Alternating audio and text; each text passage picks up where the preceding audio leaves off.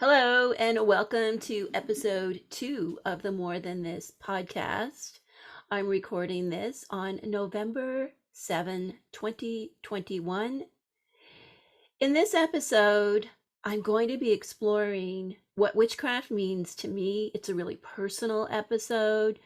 I'm going to pull from some historical ideas about witchcraft, what's going on with witchcraft right now, because it's certainly having a moment in the culture right now, and diving into why I think that witchcraft, for me at least, and the way I write and teach about it, is really a journey of healing into our own unique wholeness, that it's about the journey home to something that is so much a part of us and lives deeply in our soul. Through witchcraft, we can become so much more. If we answer the call, the cackling, the mysterious figure who comes to us in dreams, if we follow her, them, whatever gender they may present to us, if we follow that figure deeper into ourselves, it opens us to a beautiful pathway of becoming who we are truly put into this life to be. I hope this episode inspires you to explore what witchcraft means to you. I do firmly believe that it is a deeply personal practice, that it is a spiritual practice, and that the time of the witch has come in terms of our society, that we are in a very crossroads moment. We see all the things that are going on with the pandemic, politically, socially. We see a lot of institutions that were upheld being crumbled, as we strive for a more equal society, for true justice. And as we are dismantling, of course, all of these institutional problems that have caused so much oppression for so many, the witch is very much part of that cluster of those who have been othered by the mainstream, othered by the power structure for hundreds and hundreds of years. And for me, the practice of witchcraft is ultimately about standing in our own power, healing, and connecting to the deeper world. It is, for me, a way to become so much more than my personal problems, the calamities of everyday life and the big traumas that befall us all. And it is a way to remind me that the world is so much more than the physical, that there is this deeper, richer, endless universe that we are connected to. I absolutely love practicing my version of witchcraft.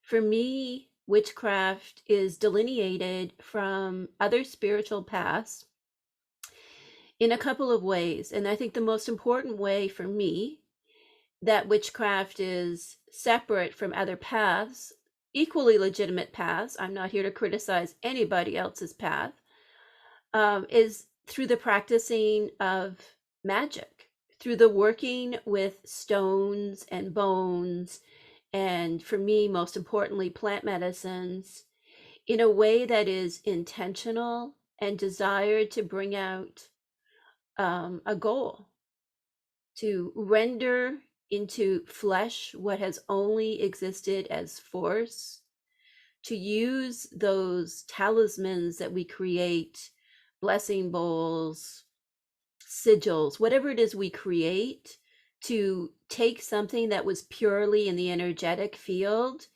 and give it a physical incarnation. I think that is, for me, what separates witchcraft from other spiritual practices. Witchcraft has a long, long, fascinating, gory, gorgeous history. I'm not going to spend too much time on that. I think there's lots been written about that. But there is a long trail behind the witch and the practices of witchcraft. And it's undeniable. We have to, the first episode, I called it The Witch in the Room. And whenever we dialogue with the witch in the room, whether we're the witch in the room and we're talking to ourselves, or we're engaging with the archetype of the witch as a spirit, there's a lot. There is a lot. It is a heavy mantle. It is a heavy cloak. And those pointy witch shoes can pinch as much as they can get us moving forward and give us a great deal of momentum, because I think for some of us, for me certainly, that mantle of the witch and those pointy shoes are comfortable. For me, before I get into talking about magic and so on, I want to talk about other ways, other kind of constructs associated with perhaps performing magic, and again, the type of natural magic that I teach and write about and that I practice myself, which is focused upon working with plant medicines. I don't practice a magic or a spiritual path that involves like calling forth angels or even demons or anything like that. My magic is very natural, often based in astrology, always growing from plants. For me, this kind of natural magic is about leaning into my own personal fate. What the Morai, those sisters of fate, have spun for me. It's about going more into that. It's not necessarily about changing what I guess the soul contract is for this life. It's about how do I make the most of it, and how do I solve this problem from within me. How can I be the agent of change rather than a magic that is what I would call wishful thinking, that um, so and so is going to just drop $10,000 into my bank account or so on. For me, the question is always, how can I make a talisman, sigil, blessing bowl, etc., that helps activate within me what is necessary to solve my financial problems? I wanted to lead with that distinction because I think it's a very important one. And again, I'm not here to criticize anyone who does anything differently.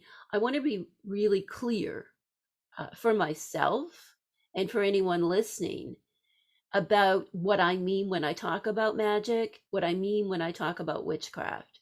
And let's loop back to delineating what I'm talking about from other paths that I think are very similar and certainly often very helpful and healing for some, but that don't have that kind of soul resonance for me.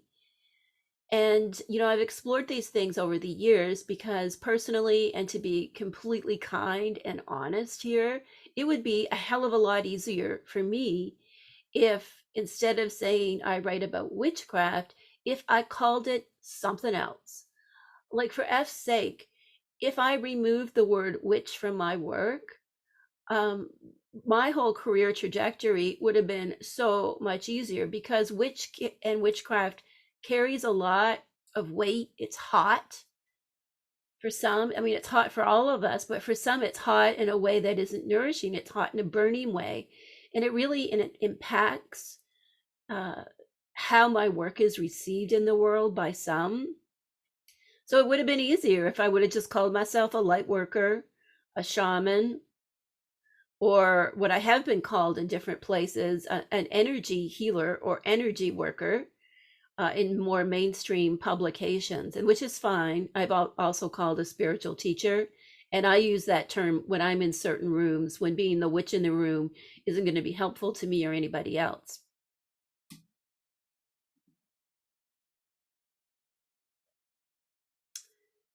So again, I'm not picking on any of those other terms that might include energetic work, manifestation, or even the practice of magic.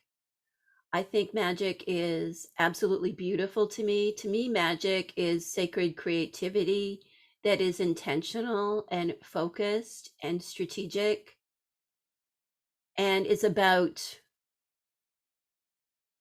incorporating natural forces that exist already that are not what I would call supernatural, that are not like entities and so on. I really am focused on natural magic. So I hope we've got that all clear. It's been a bit of a preamble to get us into this episode. Let's begin. I'm going to begin the podcast episodes how I begin all of my gatherings with students and so on, by igniting a candle and creating a sacred space for us all here.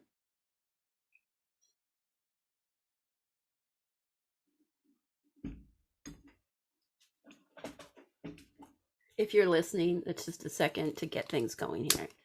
So what we do in my school, the Covina Institute, is we use the candle as a symbol of the sacred fire that is the soul, that is the divine eminence of the goddess.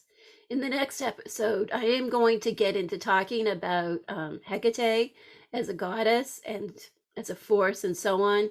But in this episode, I really want to talk about practice, what witchcraft is to me. So let's begin by casting out, banishing, purifying the space, which we do with the circle 3 times counterclockwise. Just relieving any distress, anything that's blocking us right now or binding us and not being able to be fully present, and just kind of, if you can, seeing that spiraling out. And then we cast the circle around 3 times clockwise in a beautiful symbolic gesture of protection, and then always a blessing. Today I have selected a sprig of juniper. This is some fresh juniper from my property, wild juniper, and I offer you the beautiful energy of juniper, which is of course associated with purification and magic, medicine, and mystery. Such a wonderful, wonderful all-purpose plant ally that we can work with in so many ways. Now set those on the altar, which for me is the hub of my spiritual practice. So I always, after we have the opening ceremony, I always read an invocation to cast the energy for the time together. So for this episode, I'm reading from my book, Entering Hecate's Garden, The Magic, Medicine, and Mystery of Plant Spirit Witchcraft.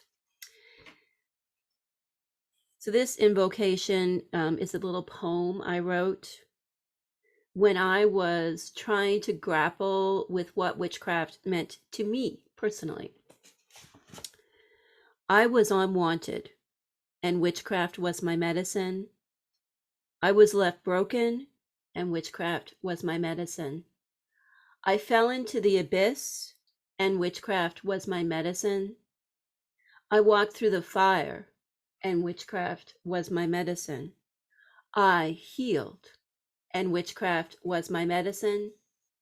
I stand in my power, and witchcraft is my medicine. And for me, witchcraft is medicine, because the archetype of the witch as a spirit that is vast and has so many forms, so many expressions, that is healing. When I say witch, I feel more myself. When I say I am a witch, I feel more myself. And when I say I practice witchcraft, I feel more myself. There is something about this that occupies space in the center of my being.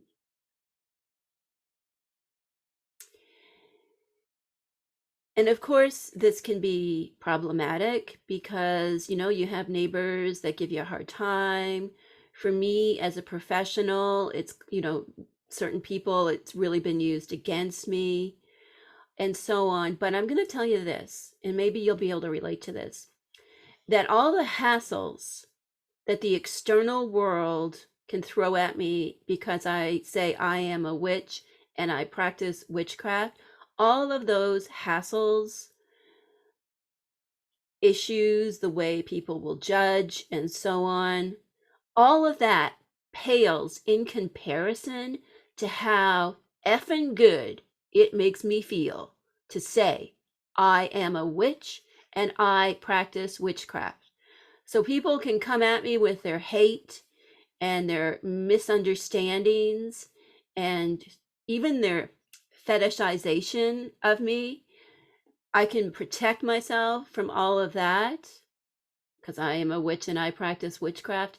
But whatever they throw at me, whatever the haters throw at me, and let me tell you, I've gotten hate mail. I've had people burn my books on Instagram. I have, yeah, I had people make videos about me and go on dedicated hate campaigns. Even an organization that I used to be involved in, a member there was just out for blood for me. All of that, let me tell you, is nothing compared to how beautiful, empowered, and whole it makes me feel when I say I am a witch and I practice witchcraft. And I've been doing this for decades. And I have fought this. I have fought my natural inclination, this thing that exists as part of me. I've fought it so many times and I'm done fighting it. And wherever you're at in your journey, if this rings true for you and you, like me, just love practicing magic, natural magic, I'm not going to comment on other forms of magic. I don't do them. That's not my lane. If that resonates with you and you love it, you love witchcrafting, welcome. We are kindred. So let's dive in. I've talked a little bit about what I mean by magic, talked a little bit about medicine. Something else I want to talk about is the mystery of witchcraft and what that means to me. And one of the big challenges I think that we have, just poking at my notes here to make sure I'm covering all my points. For those watching the video, you could see me moving around. If you're listening, you're probably wondering, what's that silence? For me, when it comes to the mystery, what I have learned in all these years is that the mystery demands our respect. And let me unpack what this means just a little bit. We are brought up in a world that demands rationalism. There is very little space in our society and often in education for mystery. We need to put the thing on the table, break the thing down, see how it works, and explain it all. Or we're going to build the thing, and we've got to have all the instructions, and there's no room for creativity. There's no room for mystery. And at the same time, creativity is so central to a meaningful life, whatever that is. We can be creative with what we put in our coffee in the morning. We are always being creative and we don't even know it. So creativity always demands mystery because there's always elements whenever we're making something new that are inexplicable, right? Why do you like a certain thing in your coffee? Why do you like to dress a certain way? There is so much about our human experience that science has no idea. I've been a researcher for decades now.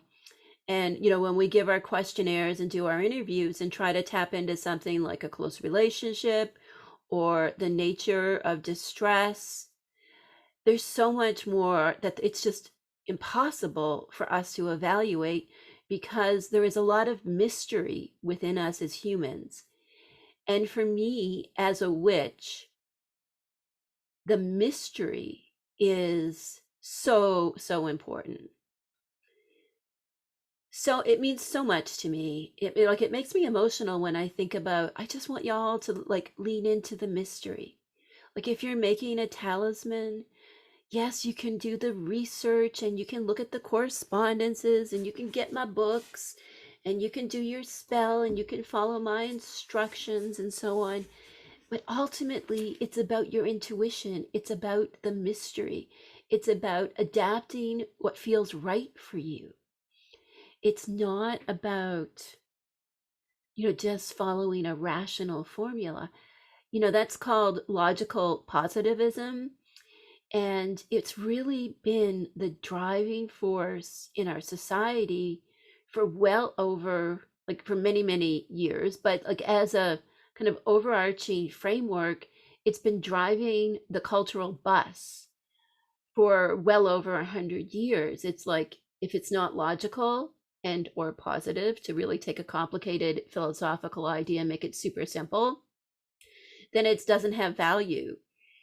And I think this is where witchcraft really can be the antidote to the lack of mystery in our society today, the lack of mystery in our own lives. You know, when you do a talisman, go in confidently, go in boldly, trust your intuition, trust whatever dreams or other things come through to kind of guide you in the right direction. Do all of that.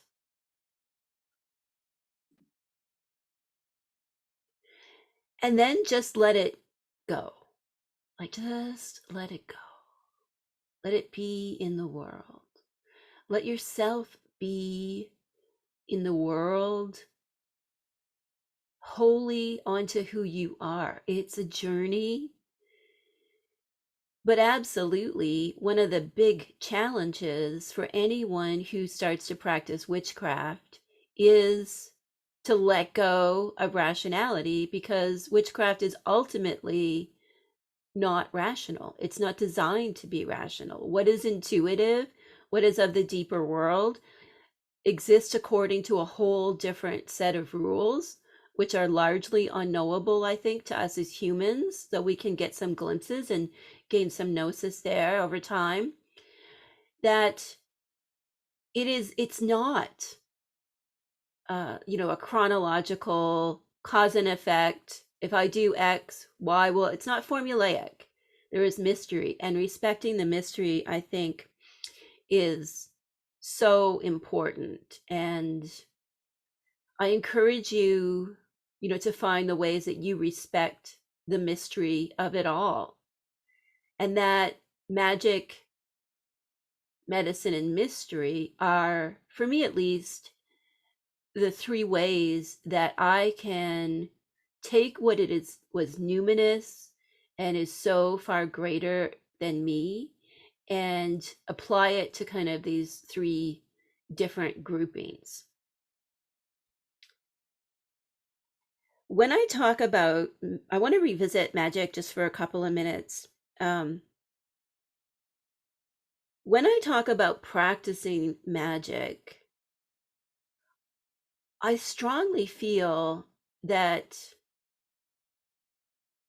to be a practicing witch means you actually do some form of magic. And again, I'm only focusing on the natural magic that I practice and teach and write about, that you are doing these things. Now, this can be an elaborate, if you've got my books, there's a lot of elaborate different workings in there. And it can be also really simple. You know, if you are new to all of this, getting with your candle, forming an intention in your mind, and seeing that candle as an agent of release, the smoke from the candle, or as a fire that illuminates, or if you want to get rid of something, even when you snuff the candle out, seeing that as the end of whatever it is you're trying to bring it into.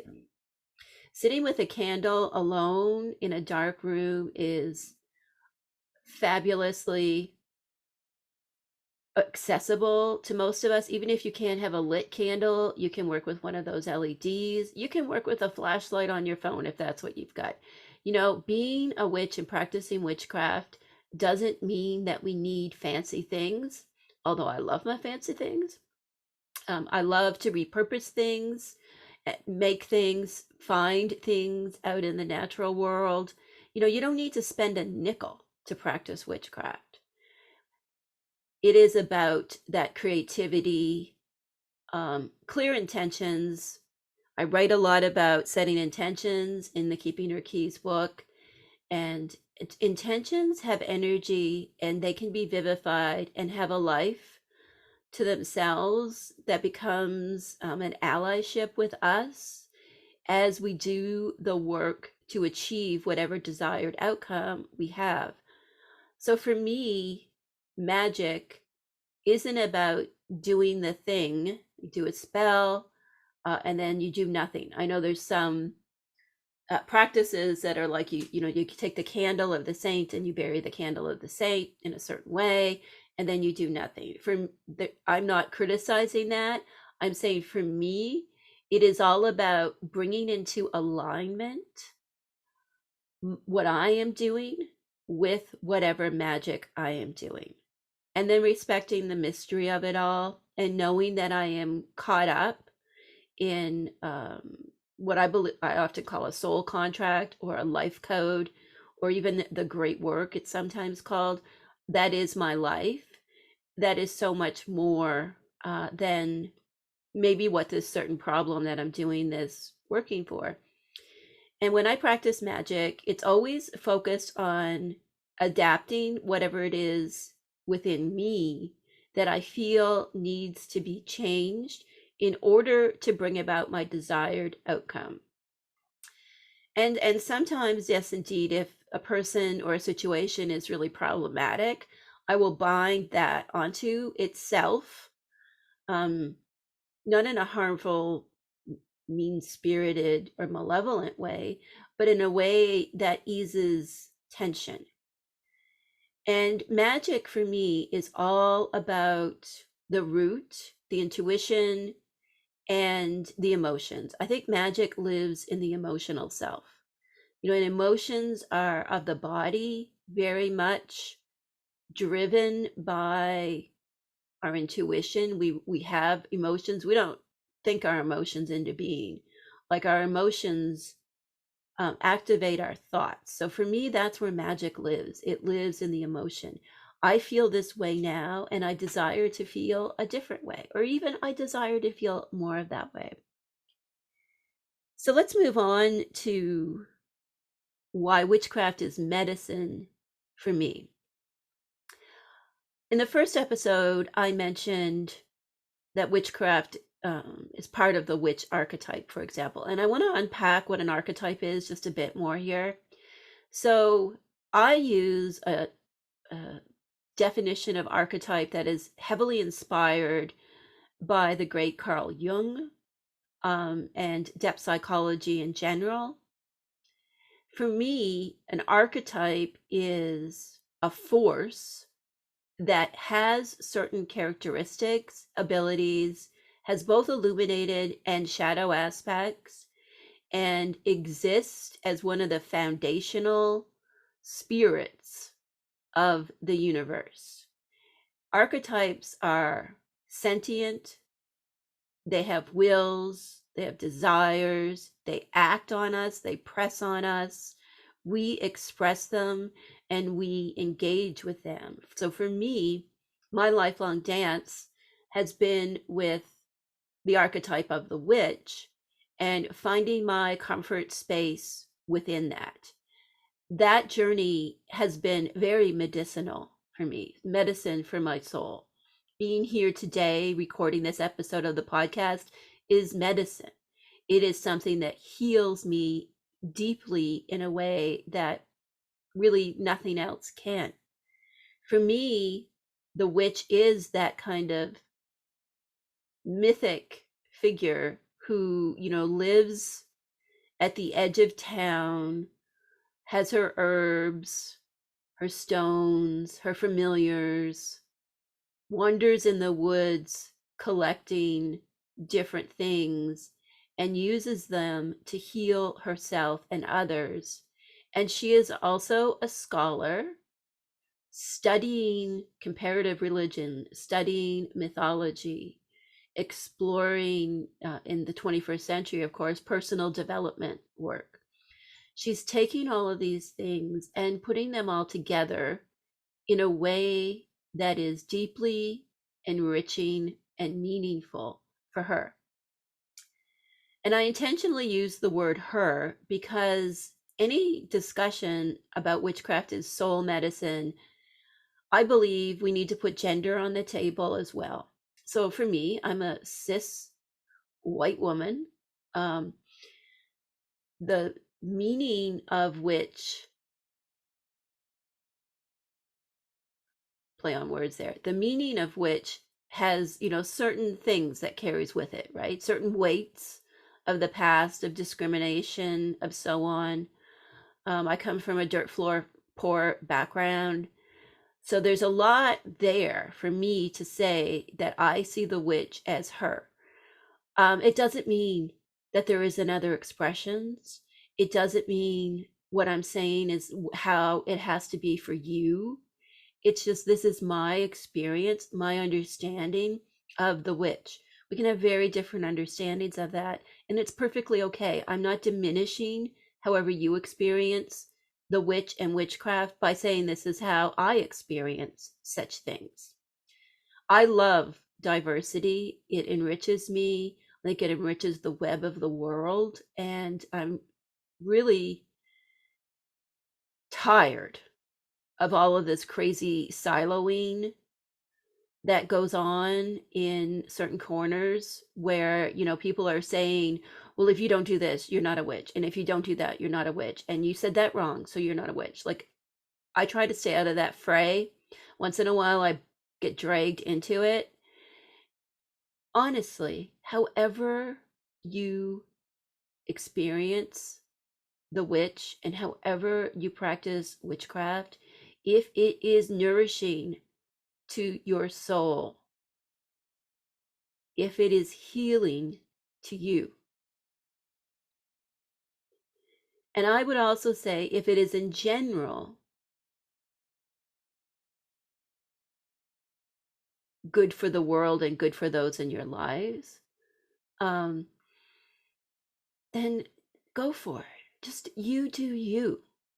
And for heaven's sake, for Hecate's sake, step away from that fray where it is all about fractalization and trying to like take something that is vast and beautiful, eternal and numinous and sacred and like rationalize it. Just let your practice of witchcraft be beautiful soul medicine for you.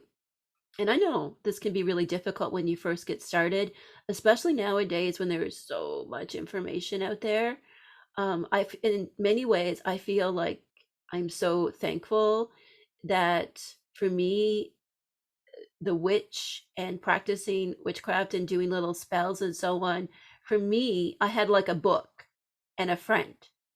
I didn't have all of this information because I, it's a lot. And I know so many people get overwhelmed. And I'm going to talk about getting overwhelmed when you're new to witchcraft in the Hecate's help desk segment that's coming up in just a little bit. So I think in conclusion, I just have to say that I absolutely love everything about my position within that mighty archetype of the witch. For me, the witch has scared the life into me. For me, the history of the witch in our society as someone who has been persecuted, vilified, marginalized. I really identify with that in my own personal journey as well. I also love all the mythology, the stories of Medea and Circe, who I write about in Entering Hecate's Garden. I really identify with these figures who were often misunderstood. Maleficent would be like a common pop culture reference from today, that were often misunderstood, and that perhaps they leaned more into shadow. And I find for me that they are cautionary tales about making different choices with my life. And they're also inspirational in that they show me, and again, I'm coming from my perspective here, that they show me that a woman can be powerful, that she can be mysterious, that she doesn't need to rely on others, and that there is so much to the world of plant medicine, and there is so much to the crafting of talismans and so on. And I'm just finished with saying what I do isn't witchcraft. I'm, finished with it. Wherever you're at in your life, maybe you're not in the place where you can be talking openly. I don't need to preach this. I don't need to walk down the street saying this to people. I'm here in the podcast and in my work talking to people who I feel have an affiliation, but ultimately I'm doing this to talk to people as a way of helping you explore what makes sense in the center of your being. So now let's move on to overwhelm and starting witchcraft. So this is the Hecate's help desk question of the week. Okay, so I get asked this so often, and a couple of years ago, I was writing an article for Bustle magazine, Bustle magazine, which I just love that magazine. And I wrote this article, and it was, this is Hekate. This is what I mean by Hekate and witchcraft. It was very kind of like higher self, very academic, and it's super boring on retrospective. And the editor came back to me and she said, "You need to tell them how to do something." And I was like, "Oh, yeah, you need to tell them how to do something." And I think that's like the key here. It's that because there's so much information out there today, there's all this stuff coming at us all the time that doesn't include like how to do things in an accessible way that makes sense for our busy lives.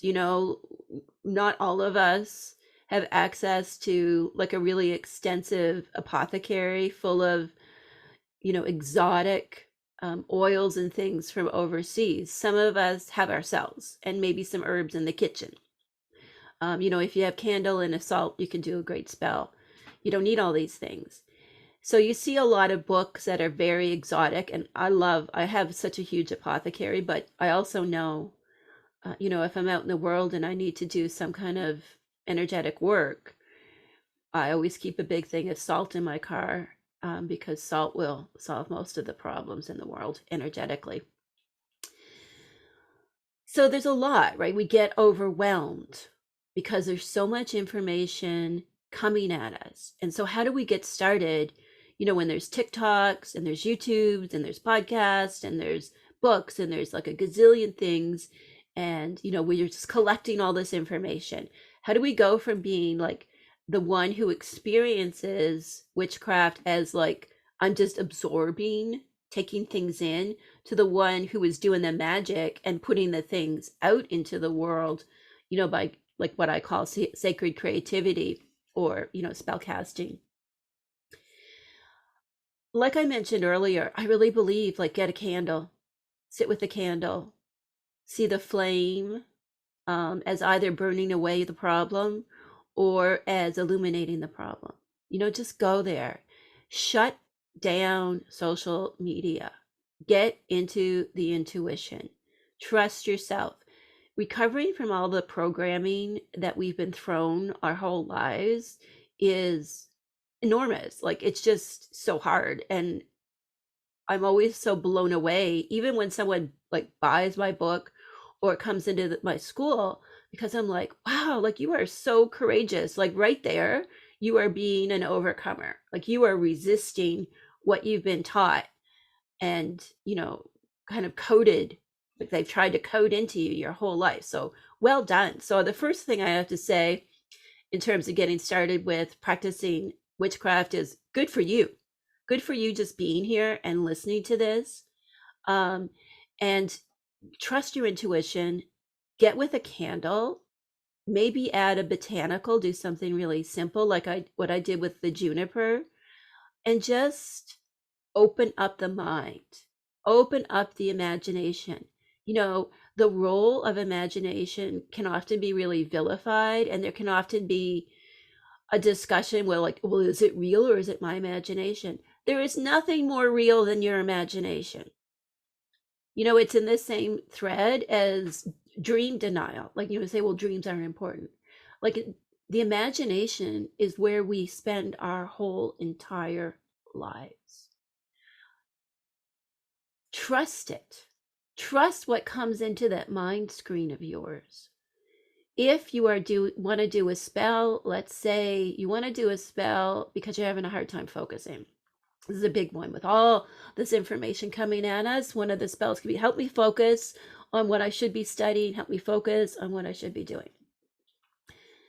So ask yourself, what does focus look like to you? So, what are some of the symbols of being focused? If you're a tarot card person, the Queen of Swords, she's very focused. Look at her. Maybe use that card as part of your spell. What else means focus to you? One of my things I do every new moon month is choose a word for that month. That helps me focus. So write a word, whatever it is you want to do. My word for this month is launch, because I'm launching the podcast. And I have it right here on the wall beside me as a drawn talisman. I've got it in my agenda. Words are magic. So choose a word that means focus. Maybe it's getting off of social media. So maybe your words will be less social media, and make a beautiful talisman around it. Use herbs if you're so inclined, that bring clarity and focus to them. So just building the spell like that. I love Judica Illa's books on spellcrafting. She's got an amazing encyclopedia and more out there, and they are great sources of inspiration. You can follow them verbatim, or you can use them as an inspiration. So when it comes to doing your own magic, practicing your own witchcraft, start small, stay focused, eliminate noise. There is a lot of, I would almost call it like pollution, because there's so much information coming at us all the time. If you want, to get into a more meaningful practice, absolutely meditation is key. I write a lot about meditation. I teach a lot of meditation. I'm going to be talking about that more in a future episode, because meditation really helps us get into that flow within, and also the flow of the deeper world. So I think that's another key, and I think that's deserving of a whole episode. So that concludes this discussion about what practicing witchcraft means to me. I hope it inspires you to explore what it means to you, and also gives you some momentum for maybe doing your own little bit of candle magic, or a word talisman or something like that. Thanks so much for watching and listening.